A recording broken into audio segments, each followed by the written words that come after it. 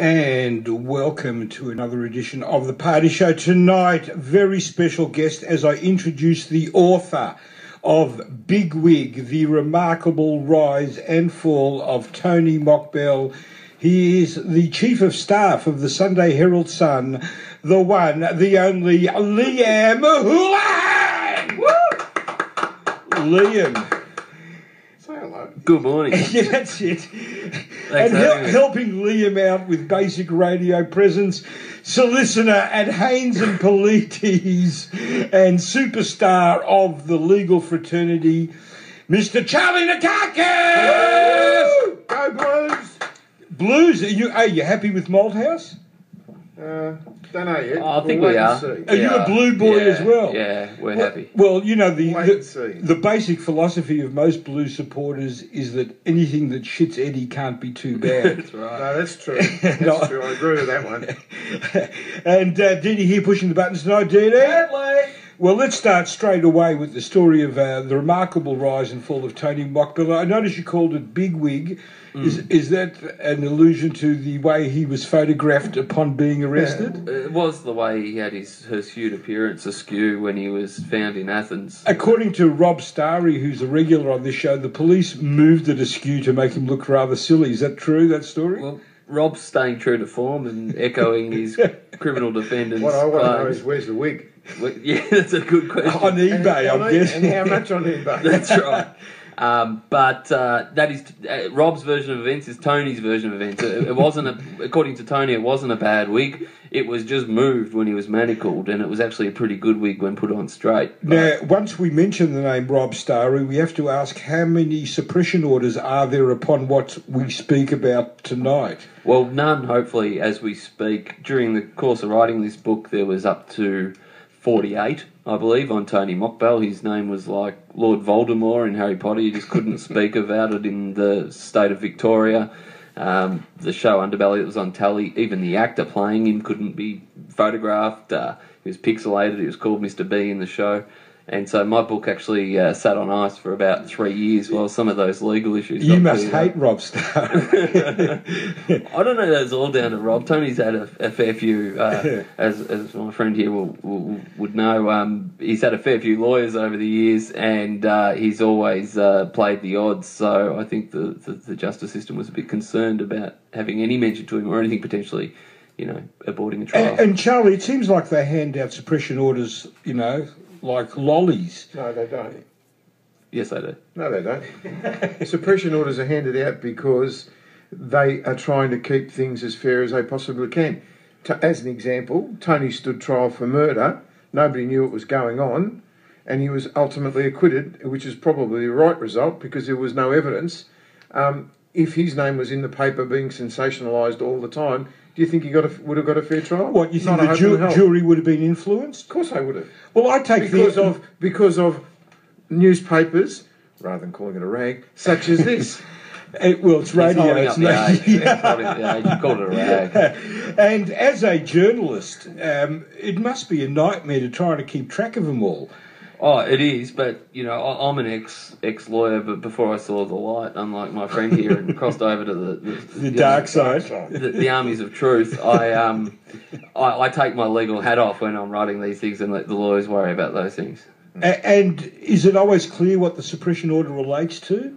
Oh, sometimes. Because it seems like sometimes it's pretty vague what you can say and what you can't say. I mean, like in Tony Mockbell's case, you can't pretend that the guy doesn't exist. And mentioning his name was already, even in no regard. You also got to remember that a lot of the applications for the suppression of names and everything come from the prosecutors as well. It doesn't just come from the defence. Because the prosecutor's worried about a fair trial? That's right. And also identifying their supposed protected witnesses and all this sort of thing. Yeah, but right. There's a fair bit of special pleading going on here. I mean, what actually happens is, in Tony's case, and anyone who reads the book Bigwig will... The remarkable rise and fall of Tony Mockbell. I don't think they'll have any they'll leave it without any qualms about the justice system, and these things are usually dismissed as ignorance of the justice system. But what actually happens in Tony's case, as with some of the bigger, more intelligent criminals, is they just play the system like a violin. In Tony's case, he was on bail at the time he escaped and, perpetrated this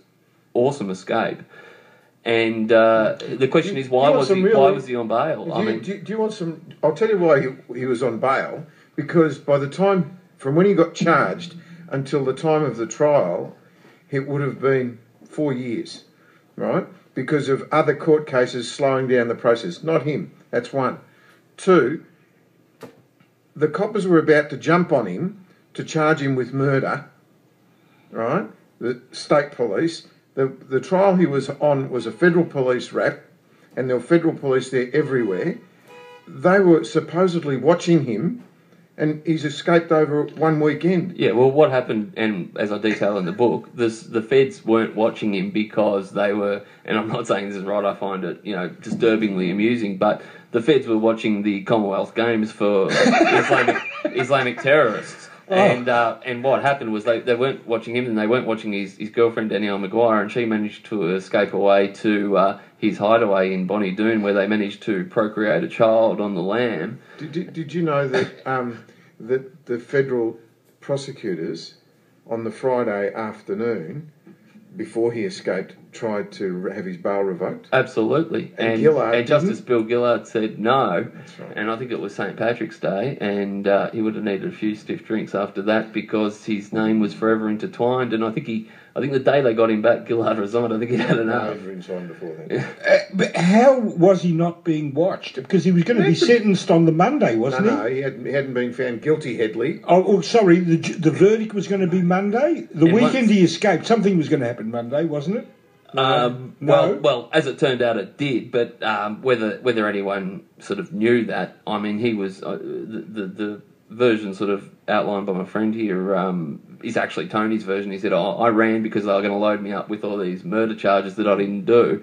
I mean, maybe that's true, maybe it's not. But the point is, with all this suppression orders, could he have got away without some sort of corruption? Oh yeah. I think that was completely. I think so. It's incompetence, not corruption. Absolutely. In that case, yes. Yeah. In that case, and by the federal police or the state, or did one think the other was watching him? Or? Well, yeah. The Vic Pol version is watching Danielle, who could have led them to him, was the Fed's job, and watching him was the Fed's job.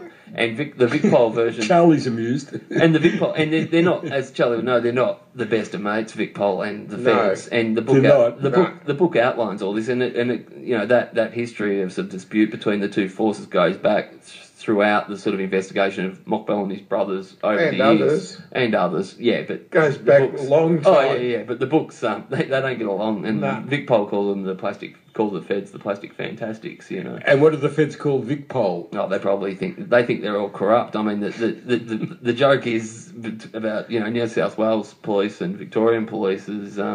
The New South Wales police say, we promise not to steal anything if you promise not to shoot anyone.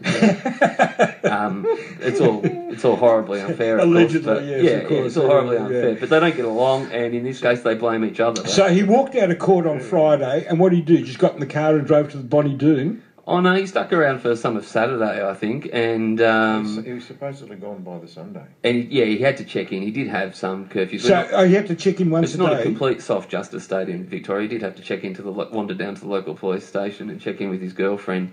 And then at that point, he took off and made his way to Bonnie Doon, where he lay low when he made his way to another property in country Victoria, where he lay low again with one of the members of what he called the company, Elias, I think. No. Who was there with his wife and daughter. So he sat on the farm for months, did he? He did, and weeks at least, and then he was meanwhile orchestrating through a friend of his.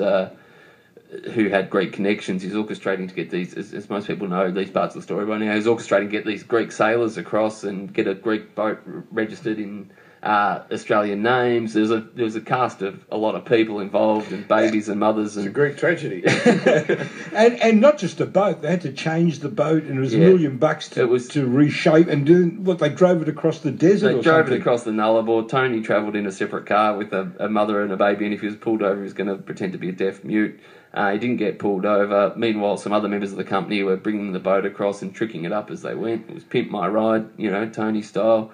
They finally get it to the west coast, And Tony sails out of Australia, hidden in a little cabin with these 3 or 4 Greek sailors. Probably a little bit Get a of customs clearance. yeah. Yeah, they did. Yeah. Wow. What the police believe happened is they left sort of Perth / Freo in the boat, and Tony went out to it on a little motorised sort of dinghy From further up the coast or further something. up the coast. Yeah. Met the boat, got into it. They probably would have had to sling a few bribes as they went through the Mediterranean, and eventually. Which side? How did they sail to Europe? Through the Suez Canal? Yeah.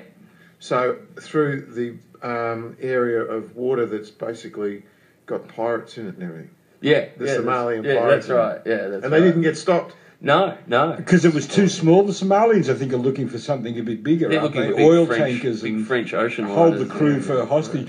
When you go through the Suez Canal, there's no security or customs? I'm sure there's lots of checks, but there was little tricked up compartments of the boats where where you could hide. And there's also police believe they just sort of had caseloads of suitcases full of cash and were slinging bribes. Right. And and he eventually got off and he met up with the lovely Danielle Maguire. No, but hang on. That was the other side of it. They followed her to Europe. Yeah. And they lost her. Yeah. So now we've got a third. Sort of police force involved. We've talked about the feds and the state. This is Interpol. We've got Interpol involved now. Yeah. So, what are they? The onion garlic fantastic? They lost her in Italy, didn't they? Yeah. So she went with a mother, from what I remember reading. I don't think she went with the mother. I don't think so. I think the mother was. She went to. There's a big fanfare about her going to the Melbourne airport, and the mother saying, she loves Tony, blah blah blah. and the mother's obviously got a few connections. Has gone out with a few well-known, at least one veteran Melbourne crew. I don't know that you can say that, my friend, but that could be suppressed. And what happened when he got to Greece? He just pulled up on the coast, or can went to a I port? just make a point? This is the danger of the Victorian suppression order system. He's an innocent civilian, like Charlie Nikakis, can suddenly become a criminal in 5 seconds through no fault of their own. Why? What's he suppressed? Yeah, why? Well, because how is it suppressed in the sense of talking about who he was living with at one stage in his life? So we have a level of suppression order in Victoria where you're actually not allowed to talk about people at all. I know, I agree. Well, that's what I asked you earlier on. When you get a suppression order, can you even mention the name, or can you only not mention it in relation to proceedings that are undergoing? Well, there's two sort of schools of thought, and one is that some people can essentially become invisible men, if you will, and if you mention them, then you're breaching the letter of the order. And with the internet, it makes it all ridiculous, doesn't it? Well, it does, yeah. Yeah. So he pulled up to just the coast, the Greek coast, or he went into